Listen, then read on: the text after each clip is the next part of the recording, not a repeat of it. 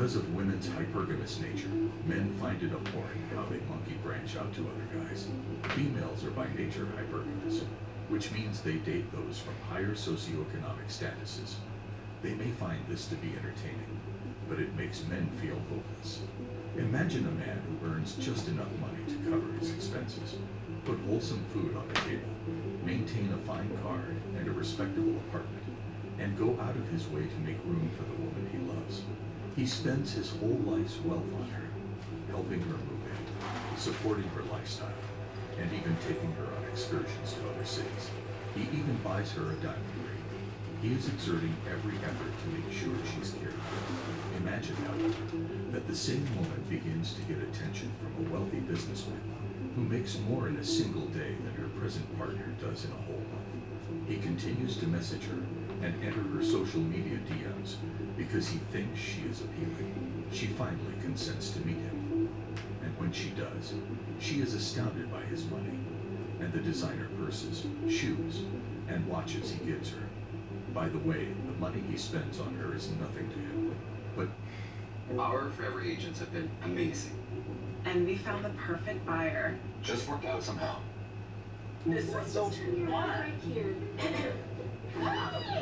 Somehow. Selling a home is easy if you have the right agent.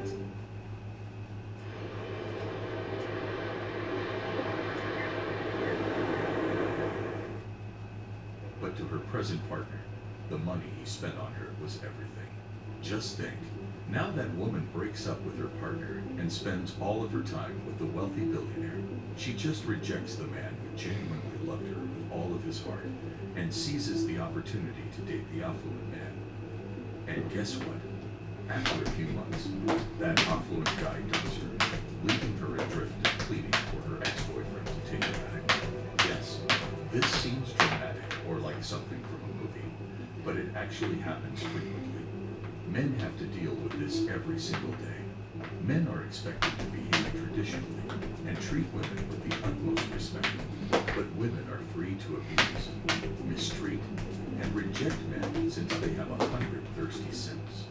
Men work in the most brutal conditions in fields and make sure they put food on the table for women, while woke anti-male feminist women talk about more women being CEOs and heads of organizations, saying that every profession is patriarchal. However, they never want to take part in all those professions in which men risk their lives trying to provide for their families. What does this tell you? This tells us that women only want the best of all worlds.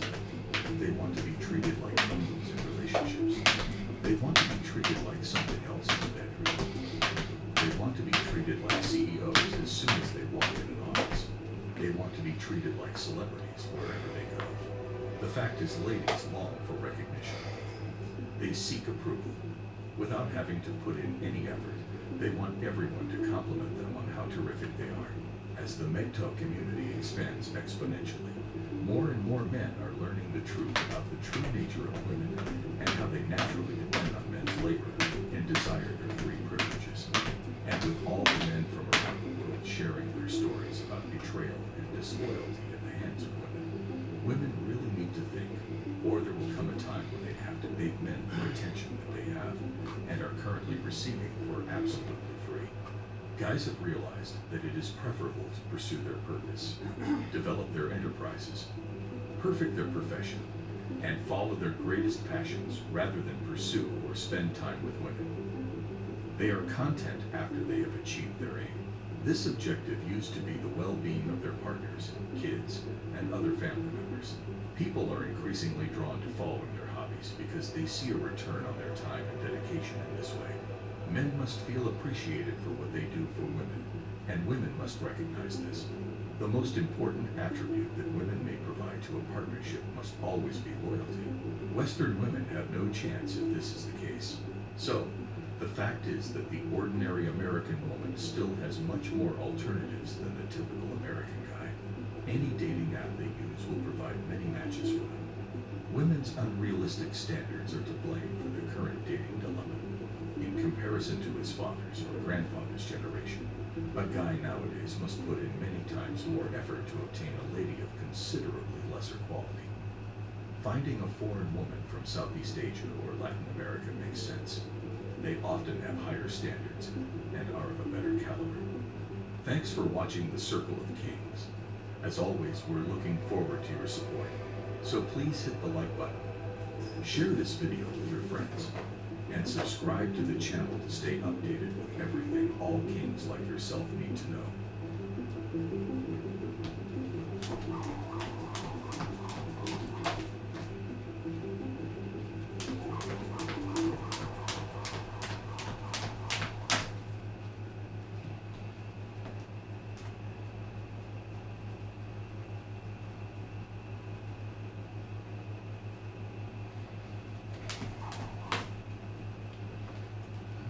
As I always say,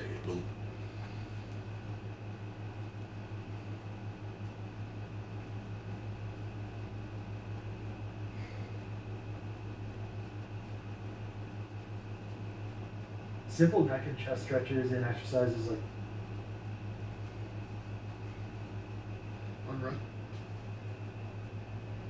simple neck and chest stretches and exercises like the Cobra pose, YTAs, or rows will never fix your forward head posture. In this video, you're going to discover the 2 missing links that will allow you to effortlessly maintain good posture all day long.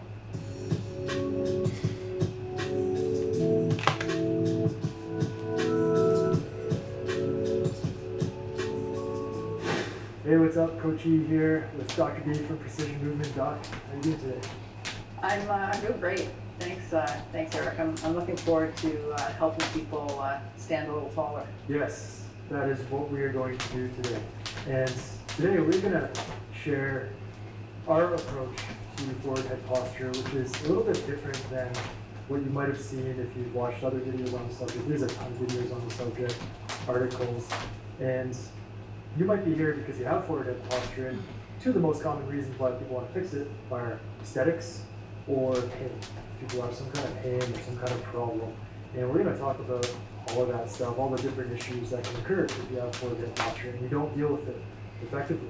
You know, these days, why do so many people have forward head posture? I think it's, I was noticing the other day, I was just standing on the street watching people walk by, is the majority of people just have terrible posture.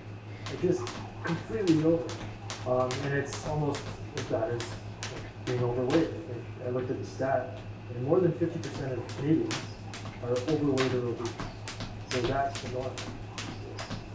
And I agree with you. I tend to notice it when I'm driving. You're gonna stop at a stoplight, and I look at everything. Everybody is like this. So it's my cue to sit up, and particularly the way car seats are made.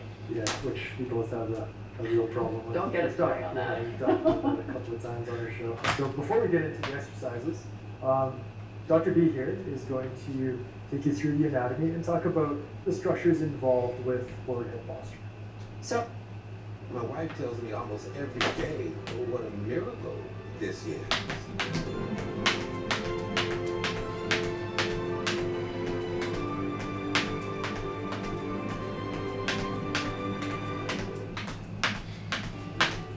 You never know the last time you'll see a place.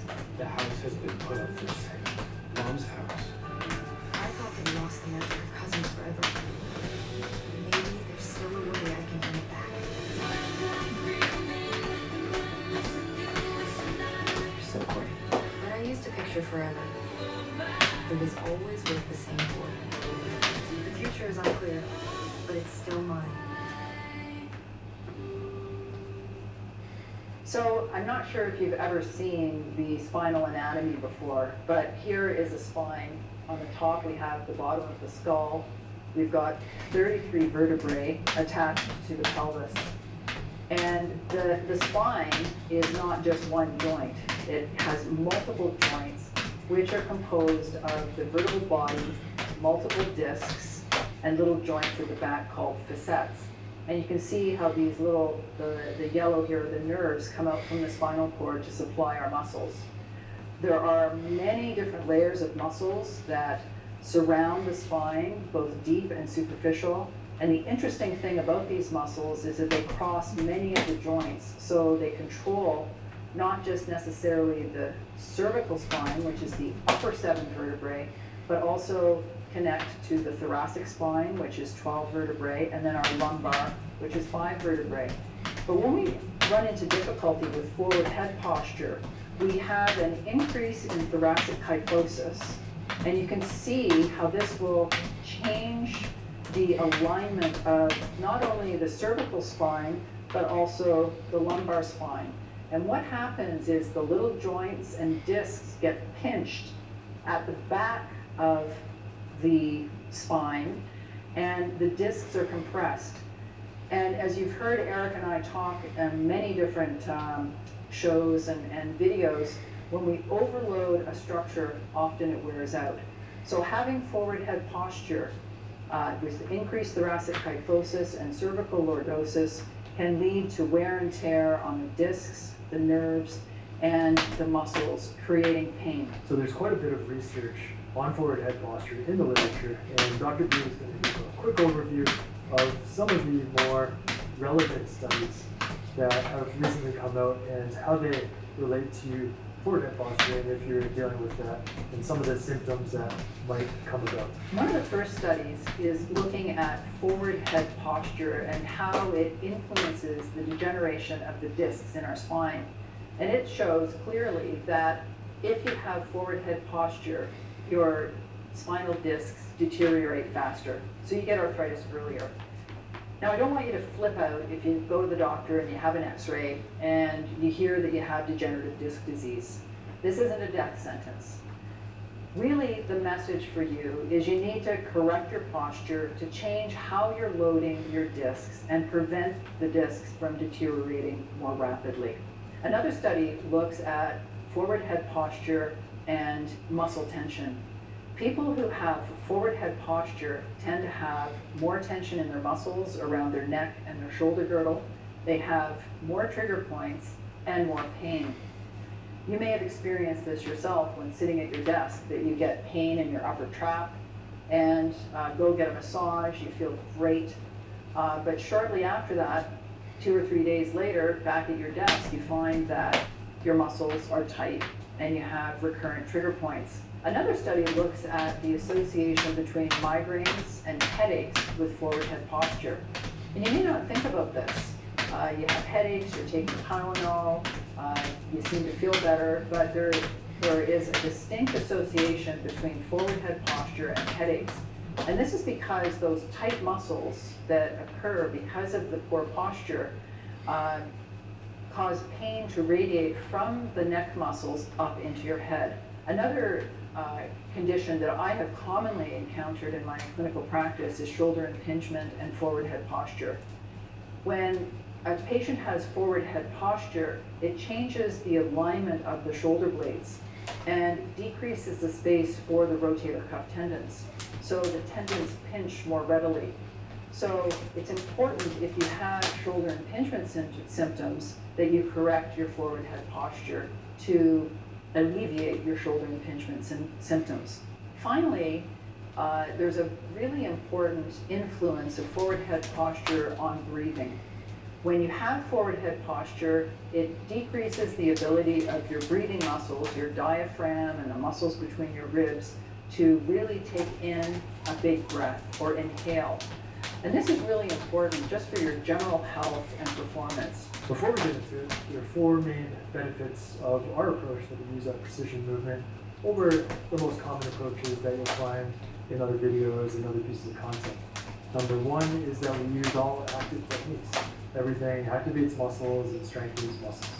Number 2 is we prioritize the deep muscles over the superficial muscles. And that is key to being able to effortlessly maintain good posture all day long. Number 3 is the sequence of the exercises, the order of the exercises, put it together in a very specific way to get the best effect on the body. And number 4 is that we've got some unique techniques that really you won't find anywhere else. So let's get into it. So the first technique is called active self-myofascial release for the sternocleidomastoid muscle, which is right here. And this muscle has been found to be strong and hypertrophy in people who have forward head because it works harder and it works more than it needs to. So we're going to shut it off with this technique. Basically, you drop your chin to your shoulder and then grab in that muscle on that side with your fingers, right about under behind the ear, and then you look and draw a diagonal with your chin up as you slide your fingers down, and this is the muscle. You can kind of see it popping out there. That's the muscle we're targeting. So it's chin to the armpit, draw a diagonal up and away, and you can kind of push the chin up, and that will help to release that muscle and shut it off. So duck, and give it a whirl there. Sure. Head to my armpit. Yeah, chin to the armpit there. Fingers in that muscle, and you can work around. You don't have to be right on the muscle perfectly. Just you're gonna work around that general area. Just don't choke yourself when you do it. You drive the chin up at a diagonal as the fingers go down that muscle. And if you have trigger points there, this is gonna help to release those trigger points. It's gonna lengthen that muscle, and it's gonna shut that muscle off so that it doesn't overwork, and it will release, and the deeper muscles can do the work. This is what we're talking about, the sequence of exercises. We're doing this first, and then the next exercise is going to help to activate the muscles properly. So for this, we're not going to go through the full round, but you do it 1 minute on each side, both sides, and then you move on to the next technique, which is the supine chin tuck. So the supine chin tuck, you get down to the ground for this one, lying down, and basically, you want to get a long spine, and all you want to think about is rotating the chin down. You don't want to think about lifting the head up, this is just bad forward head posture. You want to think about just looking down at your belly.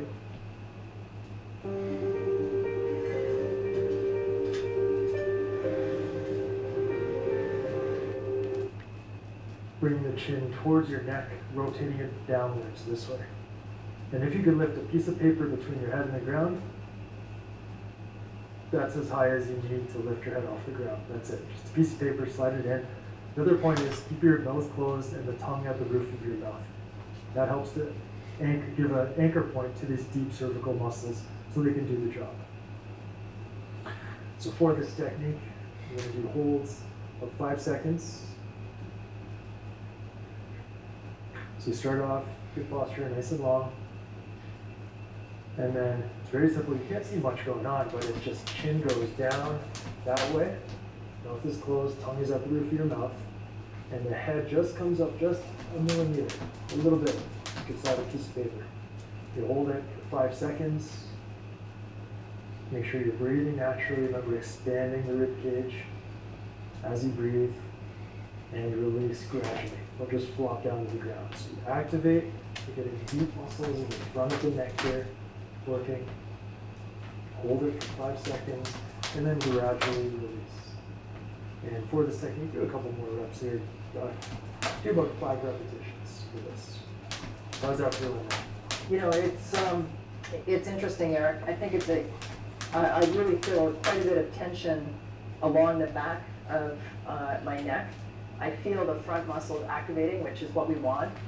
But when I first started doing this technique, I found that I got some discomfort in the fascia and the muscles at the back because that tissue was so short. And as I was pulling on it and lengthening it, it became a little bit irritated and I got a headache. And so I just want to warn people that you could have a headache for 24 to 48 hours if you go a little too hard with it. And I think it's important to gradually go into the contraction. So the next technique is the segmental thoracic mobilization. And for this you can use either a roller or a peanut ball. I'm going to demo here first. I'm going to use the roller. I like the peanut ball better, but if you don't have one, normal foam roller is completely fine. So this one we want to work the thoracic spine. So from around the mid-back to around the bottom of the neck. Just think about that area. And I like to aim for about 5 different areas. So you can start off low on the thoracic spine. And from here, you're going to extend it over and then flex back up. You're going to do that motion 3 times. And then at the bottom, you're going to do a side bend, keeping your spine glued on the ball or the roller. So side bend 3 times, side to side, nice and slow. So you're activating the muscles, you're mobilizing the joints, and you're ensuring that they can move, and that'll allow them to reposition themselves when you do the next exercise. So you do 3 side bends, and then you move the ball up a little bit, and then you do the same thing again, doing that about 5 times, 5 different areas, working the whole spine. I guess it depends how tall you are. We're both about 6 feet tall, so we're going to do about 5 areas, but you know, if you're only 4'4", maybe that's only 4 areas. So the dog's starting the peanut ball over underneath the lower thoracic spine. And she's rolling it, do some flexion extensions and then side bending. Just some movements, but make sure that they're nice and slow. Very slow, very controlled, so that the muscles are on. You're not just using momentum to move around here. And then you move to another area and do the same thing. Some flexions, some extensions, over top. You do a little bit of rolling to relax the superficial muscles, the extensors there.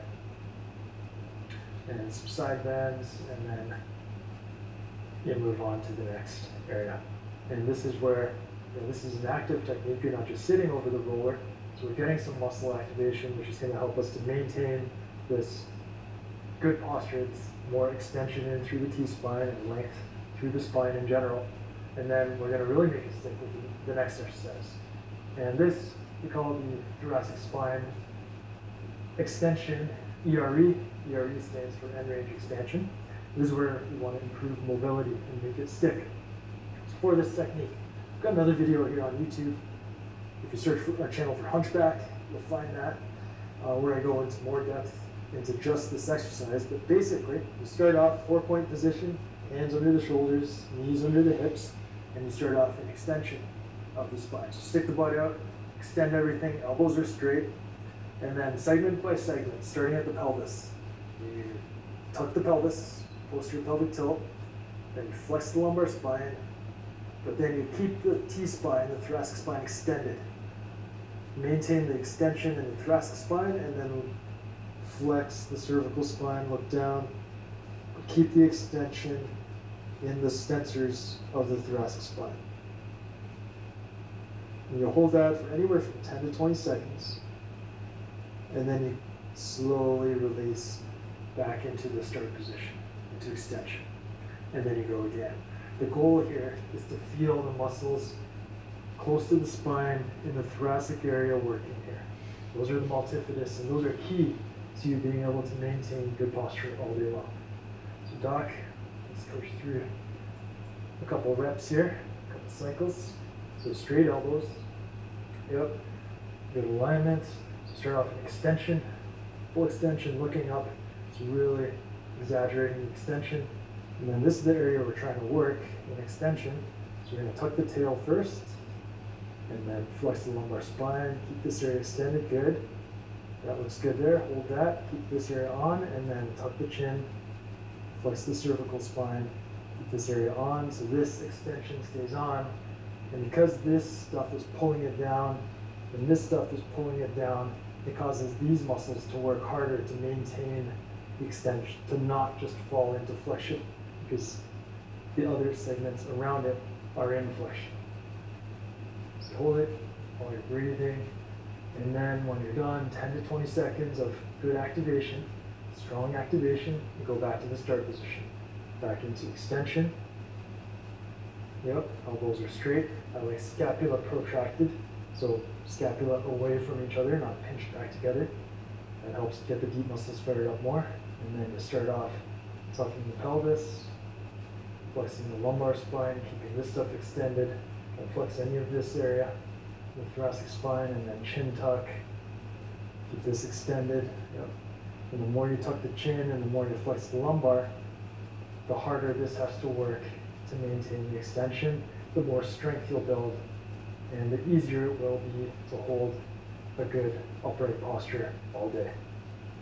So this is a really, really powerful technique, and it can be difficult to get at first, especially because these muscles, they're often shut off and they haven't been working for a long, long time in most people. The last exercise is one of our kind of patented techniques. It's a dissociation technique. And it's dissociation of shoulder flexion with lumbar extension. So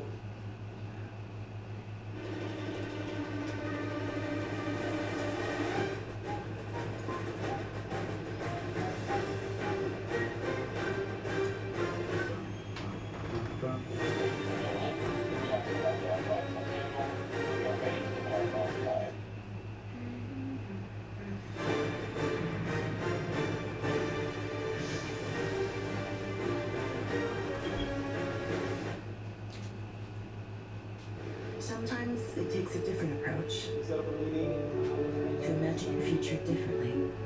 With Capella University's game-changing FlexPath format, get support every step of the way to help you stay on track.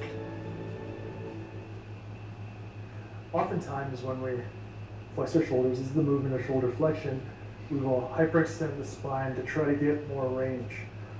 What we want to do with this technique is we start here and we start in the hyperextended position